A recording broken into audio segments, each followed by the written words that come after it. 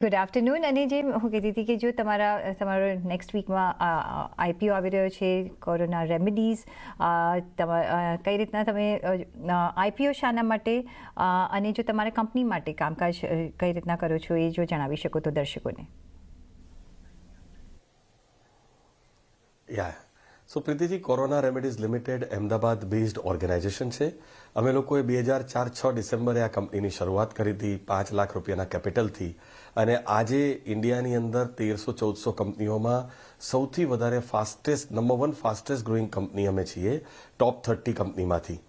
અમારે number 1 company છીએ જેને હાઈએસ્ટ રેન્કિંગ જમ્પ પણ લીધો છે. અમે 8 રેન્કનો જમ્પ કર્યો છે છેલ્લા 3 વર્ષની અંદર, અને અત્યારે 29મા નંબરની ભારતીય ફાર્માસ્યુટિકલ કંપની છીએ.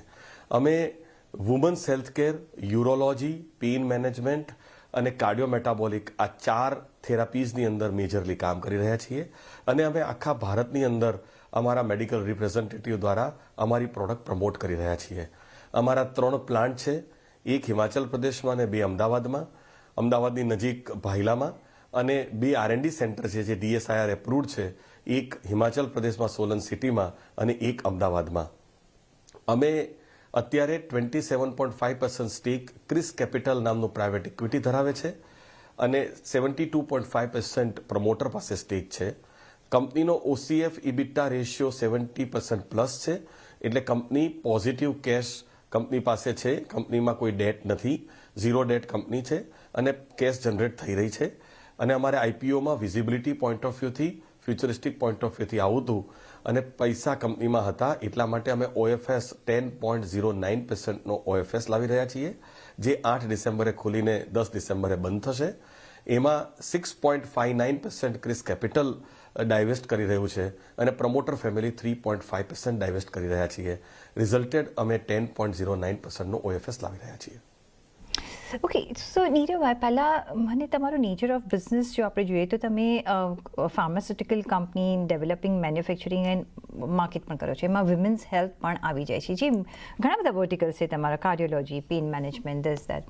કયા વર્ટિકલ્સમાં તમને લાગે છે કે તમારી અહીંયા છાપ છે, કે જે તમારું સ્ટ્રોંગેસ્ટ વર્ટિકલ કયું છે?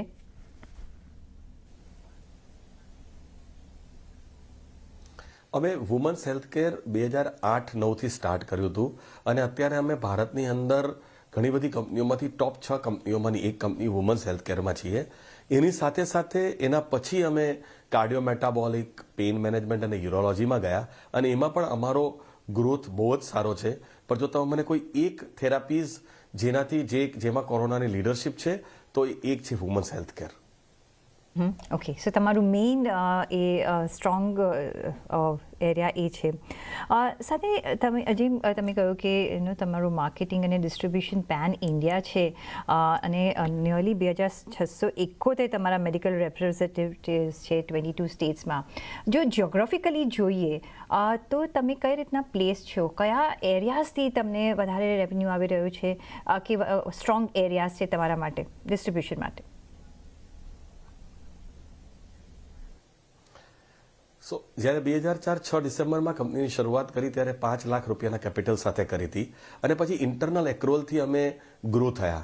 2016માં પહેલી વખત ક્રિએડોર નામનું પ્રાઇવેટ ઇક્વિટી આવ્યું, અને એણે કંપનીમાં 100 કરોડ રૂપિયાનું કેપિટલ નાખ્યું. 2004-6 ડિસેમ્બરથી 2016 અમે માત્ર વેસ્ટ ઝોનમાં હતા.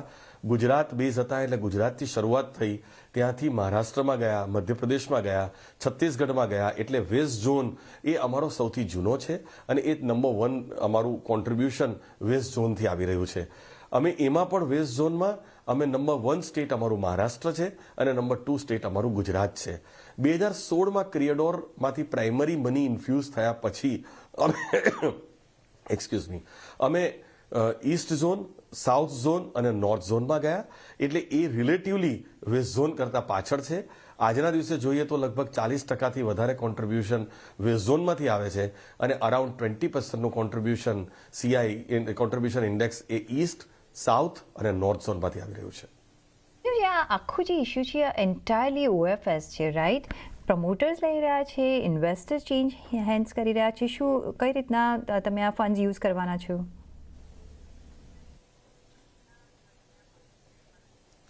મેડમ અમારે મેં આપને કહ્યું એમ અમારો OCF EBITDA રેશિયો એ 70% પ્લસ છે, એટલે કંપનીની અંદર પોઝિટિવ કેશ છે. ડેટ કોઈ કંપનીમાં છે નહીં. અમે 2 વર્ષ પહેલા જે ડેટ લીધું હતું એ પણ ભરપાઈ થઈ ગયું.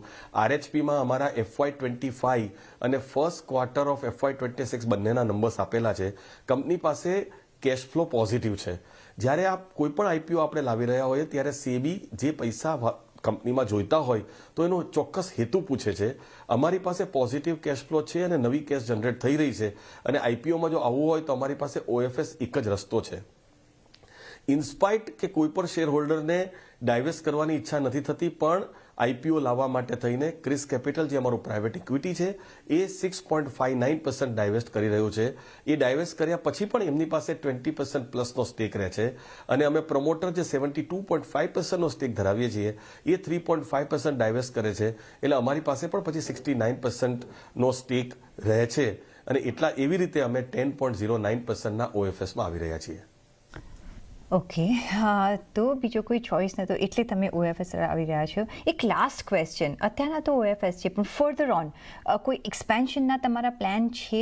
નેક્સ્ટ તમારો સ્ટેપ શું રહેશે?